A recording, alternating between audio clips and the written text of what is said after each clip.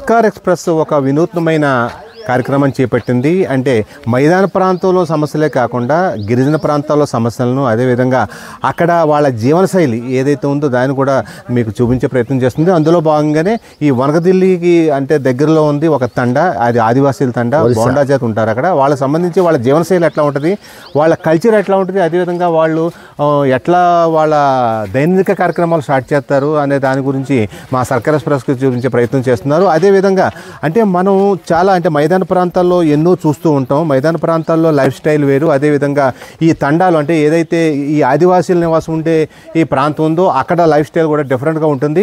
ప్రధానంగా సర్కార్ ఎక్స్ప్రెస్ దాని మీద దృష్టి పెట్టింది. అంటే వాస్తవానికి వాళ్ళ జీవనశైలి ఎట్లా ఉంటుంది, ఇక్కడ ఈ అసలు వీళ్ళ వే ఆఫ్ కల్చర్ ఏంటి అనేది మనకి సీనియర్ జర్నలిస్టు దత్తు గారు మన దగ్గర ఉన్నారు. వాళ్ళని అడిగి తెలుసుకునే ప్రయత్నం చేద్దాం. నమస్కారం దత్తు గారు. సార్ అంటే జనరల్గా మీరు ఇక్కడ చూశారు కదా ఈ ఏదైతే ఉందో బోండా జాతి, అదేవిధంగా ఆదివాసీల లైఫ్ స్టైల్, అంటే దీని గురించి మీ అభిప్రాయం ఏంటి?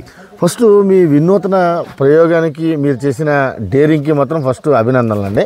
ఎందుకంటే మీరు పర్యాటక రంగానికి సంబంధించి నాకు తెలుసుండగా మీరు 23 సంవత్సరాలు బట్టి విశేష కృషి చేస్తున్నారు. ఫస్ట్ పర్యాటకం అంటే ఈ విధంగా ఉంటుందని చూపించిన జర్నలిస్టులో ఫస్ట్ శివనారాయణ రెడ్డి అని చెప్పి నేను ఖచ్చితంగా చెప్పగలను, ఎందుకంటే నేను చూశాను కాబట్టి. నెక్స్ట్ మీరు అడిగిందని చూసుకుంటే మనం వచ్చిన ఈ గిరిజన తండా గ్రామం, ఇక్కడికి మనం ఆంధ్రప్రదేశ్ కాకినాడ నుంచి ఇక్కడికి మనం దగ్గర 500 కిలోమీటర్ల దూరం వచ్చాం. ఈ ప్రాంతంలో మనం తెల్లవారుజామున 3 గంటల నుండి కూడా మనం పర్యటిస్తున్నాం. మనం ఇక్కడ ఈ గిరిజన సంస్కృతి, సాంప్రదాయం, వీరి కట్టుబాట్లు, ఆచారాలు, వ్యవహారాలు అన్నీ మనం చూస్తున్నాం. అయితే వీరంతా ఏంటంటే గతంలో ప్రజలతో రాజులు కావచ్చు, లేకపోతే బ్రిటిష్ వారు కావచ్చు, లేకపోతే ఇతర వర్గాలచే మోసపోయిన వారు వీరంతా కూడా. ప్రస్తుతం వీరిలో కూడా చాలా వరకు చైతన్యం వచ్చిందని చెప్పచ్చు. మనం చూడొచ్చు, మనం 506 కిలోమీటర్ల దూరం నుంచి వచ్చాం. ఇక్కడ చక్కగా ప్రభుత్వాలు కూడా మంచిగా పనిచేస్తున్నాయని చెప్పచ్చు. ఏ ప్రభుత్వం అన్నది కాకపోయినా ఈ కచ్చా రోడ్లు పోయి సిమెంట్ రోడ్లు ఉన్నాయి, సోలార్ లైట్లు ఉన్నాయి. అలాగే వీరందరూ హ్యాపీగా ఇటువంటి నిరంతరం కరెంట్ సరఫరా ఉంది. అలాగే మంచినీటి పథకం ఉంది. ఇదంతా ఒక రకంగా మనం కొంత డెవలప్ అయ్యేనా చెప్పచ్చు. అంటే వాస్తవానికి మీరు చెప్పిన దాంతో నేను ఏకీపిస్తాను. అయితే ఏంటంటే గత 10-20 సంవత్సరాల క్రితం ఇక్కడ పరిస్థితులు వేరు. అంటే అప్పుడు వీళ్ళకి ఈ ఫెసిలిటీస్ లేవు, ఏమీ లేవు.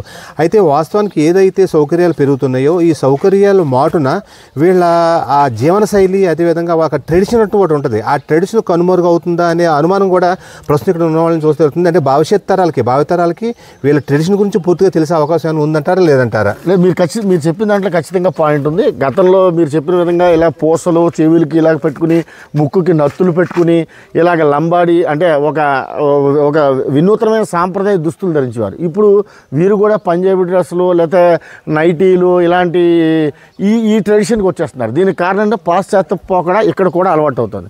అయితే అది డ్రెస్ పరంగా ఉందా లేకపోతే వారి ఇతర వ్యవహారాల పరంగా ఉందా అన్నది పూర్తిగా మనకి ఇంకా అవగాహన లేదు. కానీ ప్రస్తుతానికైతే మనకి పాశ్చాత్య పోకడ మాత్రం ఖచ్చితంగా కనబడుతుంది. మనం చూడొచ్చు,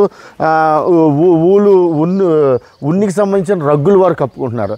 అలాగే ముఖ్యంగా మీరు అడిగిన దాంట్లో చూస్తే కనుక ఇంటి విధానం, గతంలో పాకలు ఉండేవి, ఇప్పుడు మన షెడ్స్ ఉన్నాయి, పెంకుటిల్లు ఉన్నాయి. ఇది ఒక రకంగా సేఫ్ సైడ్ అనేది చెప్పచ్చు. మరి ముఖ్యంగా వీళ్ళ ఆచార వ్యవహారం, వీళ్ళు ప్రధానంగా వేట మీద ఆధారపడి ఉంటారు.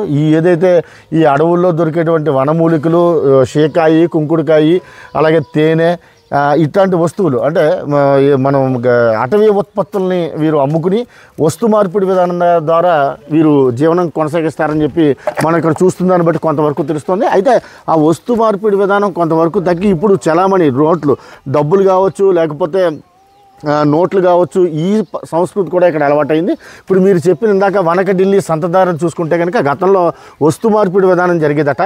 ప్రస్తుతం అయితే కనుక డబ్బులు ఇచ్చి కావాల్సిన సరుకును కొనుక్కోవడం, కావాల్సిన సరుకును తీసుకోవడం వెళ్తుంటారు. ఇప్పుడు వెళ్తున్న మహిళ ఉంది, వారు తీసుకెళ్ళి ఏంటంటే పిల్లలకి దిష్టి తీసిన తర్వాత ఆచార వ్యవహారం సాంప్రదాయం అంటే బయట వాళ్ళు ఎవరైనా వచ్చినా లేకపోతే చక్కగా పిల్లలు ఉన్నప్పుడు కనుదిష్టి తగులుతుందని చేసి అని ఒక వీళ్ళలో మీమాంస ఉంటుంది. ఆ నేపథ్యంలో వారు తీసేరని చెప్పి మనం భావించవచ్చు.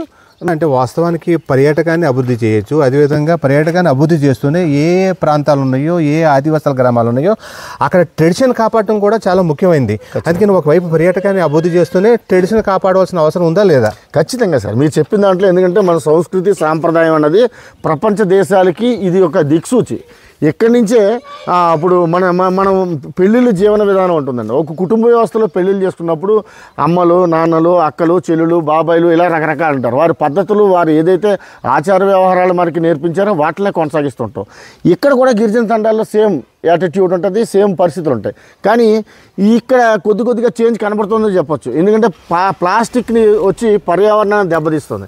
ఆ ప్లాస్టిక్ భూతం కూడా ఎక్కడ కనబడుతుందో మనం చూడొచ్చు. ఇది వాగులు వంకలు పోయే దాన్ని కట్టినటువంటి ఒక కాలువ, ఒక కలవట్టు. ఈ కలవట్టులో కూడా ఇక్కడ కూడా బాటిళ్ళు, ఈ రకరకాల శీతల పానీయాలకు సంబంధించిన బాటిల్స్ అని ఉన్నాయి. మీరు చెప్పిన విధానంగా చూసుకుంటే కనుక ఆచారం, సాంప్రదాయం, కట్టుబాటు ఎక్కడుందో అక్కడే నైతిక విలువలు కూడా ఉంటాయి. మన ఏరియాలో ఆ నైతిక విలువలు కొంతవరకు కొరబడుతున్నాయని చెప్పొచ్చు. ఇక్కడ మాత్రం ఆ పద్ధతి కొంతవరకు ఉంది. అయితే కొంచెం స్లమ్ ఏరియా, మనం వచ్చింది రిమోట్ ఏరియా, ఎన్నో కొండలు, కోనలు, గుట్టలు దాటి వచ్చాం.